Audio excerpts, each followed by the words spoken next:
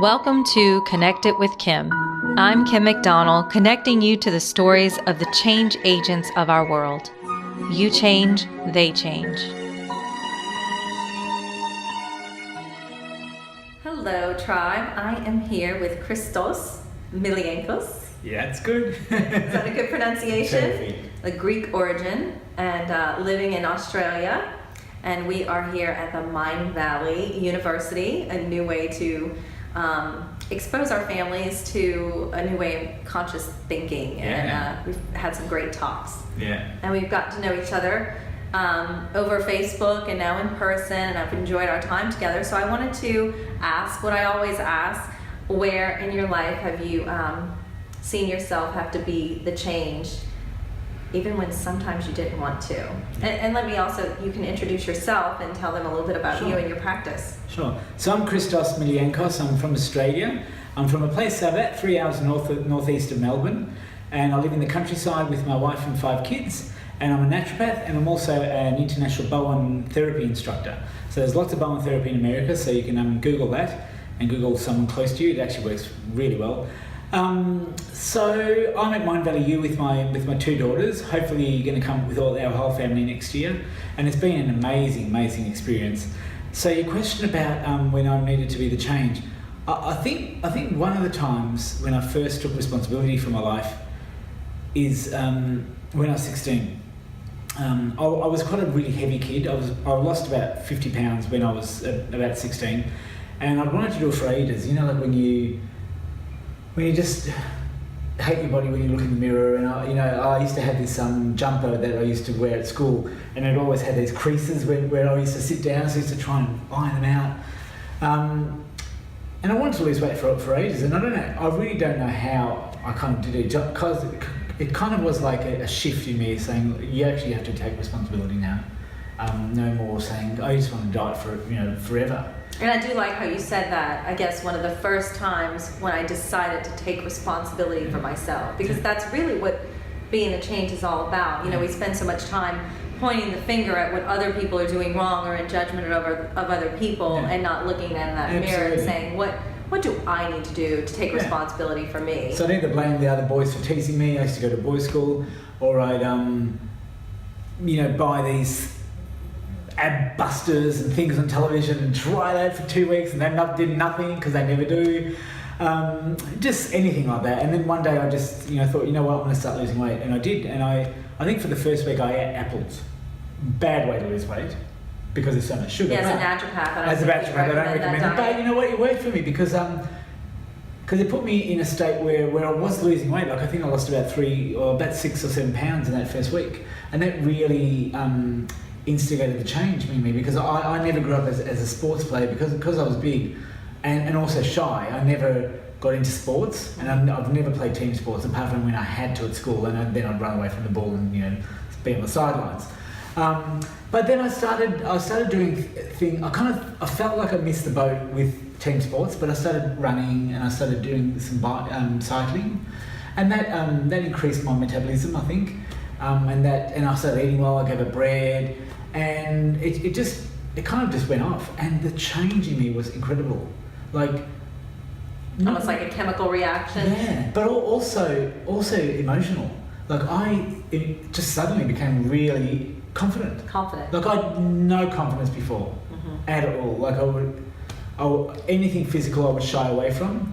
I would do well at academic subjects, but otherwise I would literally just come hide. Yeah. Like I used to do that, hide, during swimming lessons. One day I remember having a swimming lesson, I just waited in the waiting room. Yeah. And do you think that when you were the less confident person, you did tend to blame more and all the time? Yeah. Because not take responsibility, which when you see yourself doing that, just for anyone, when you find yourself in blame or shame of someone else, it really is you deflecting blame and shame on yourself and not taking responsibility. Yeah. So when the catalyst for that change and that shift really is building confidence. Yeah. And it doesn't mean you have to lose weight. You have to find confidence in any way you can. Yeah. So you found it in the losing the weight and feeling good about yourself. Yeah. So suddenly I had more friends at school.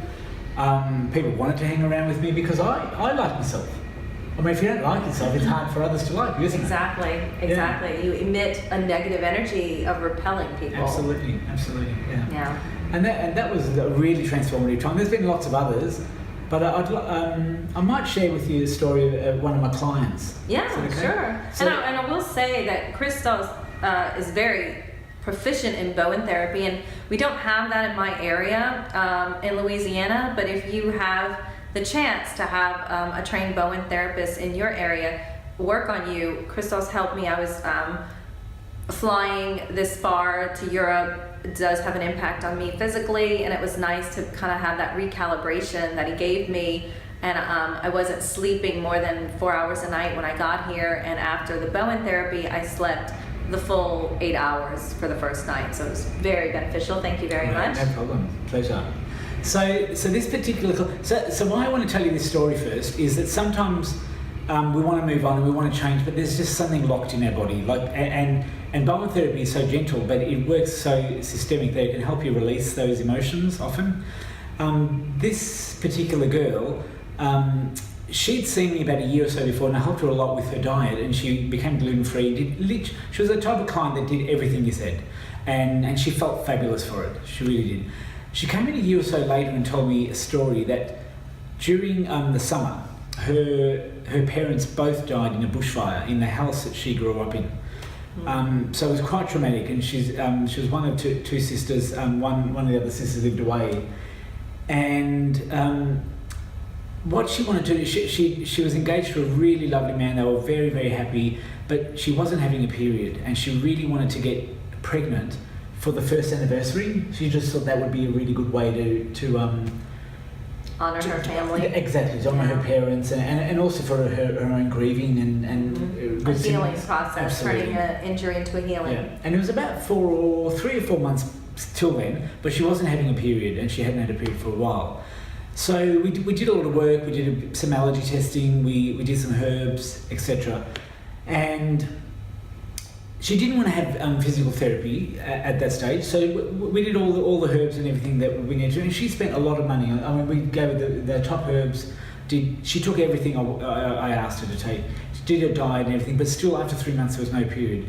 And I just thought, sometimes she's probably locking it in. Imagine the immense grief that she would have had to go through. Mm-hmm. So what happened was, while I was making up her herbs, I just said to her, lie on the table, I'm just going to do a little bit of a balance. So I didn't call it therapy or anything, I just said a balance. So I did some Bowen therapy on her that time, and I asked her to come back in a week.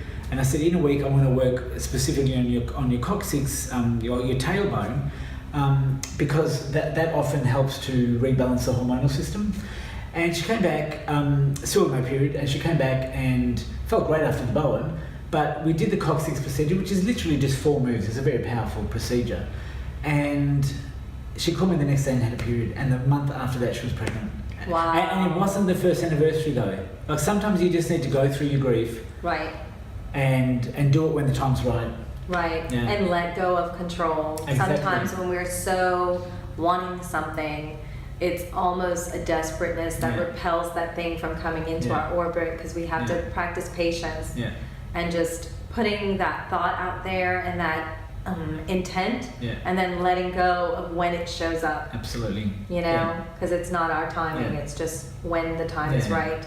It will align up to meet us. And it might be in a different form than we had planned, an even better thing that we had planned. So that's awesome. Absolutely. What is it about the tailbone, in your opinion, that holds on more than other? The tailbone is connected to the brain, so it's kind of like the mouse pad. Now, if this is that computer, without a mouse pad, you can't work your computer, can you? Right. So it's kind of like really connected in that particular way. But it's also one of the first things that forms as an embryo, doesn't it?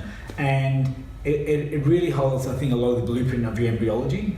So often in Bowen we say, we're going to balance you to your blueprint, but what's the blueprint? And I think the coccyx is a very important part of that. Yeah.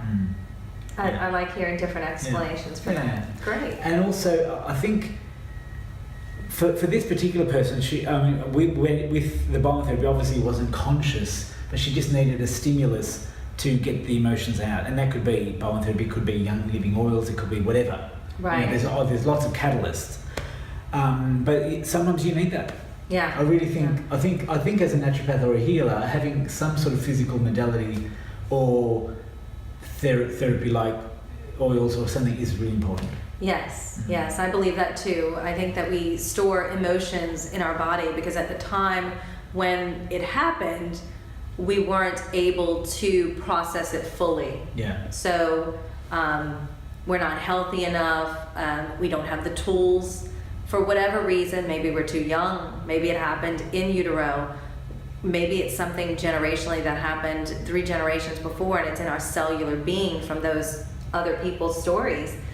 Whatever the reason, we don't always know, but it's held in our body, it's held in our cells, and to have a practitioner be able to tap into that for it to be allowed to release and let go, you will see a transformation occur to where you're not triggered anymore, and your glass is half full instead of half empty, and your depression is lifted, or whatever the circumstance may be. It's allowing your body to release what's not serving you, letting go. And there's different modalities to do that. It doesn't even have to be a physical one, like you said. It could be simply, there's something called AFT, Aroma Freedom Technique, where we take you in a regression to smell certain oils that bring up these past strongholds that you're ready to let go of, and you move through it in about 15 minutes and you just feel lighter. I've met with many different people here. It's so nice to be around other people that do this type of work. There's so many different modalities out there. There's so many chances to change. Yeah, absolutely. You don't have to beat yourself up for not being able to do it on your own. That's why you have practitioners that can help you. So whatever therapy you're drawn to, whatever remedy you're drawn to. I love Bach flowers. I know in Australia you have the Australian flowers. You mentioned Young Living Oil. I'm a big proponent of Young Living Oil. I have a whole Life's Essential attachment to my website for that. There are so many things you can use, but it boils down to intention. What's your intention?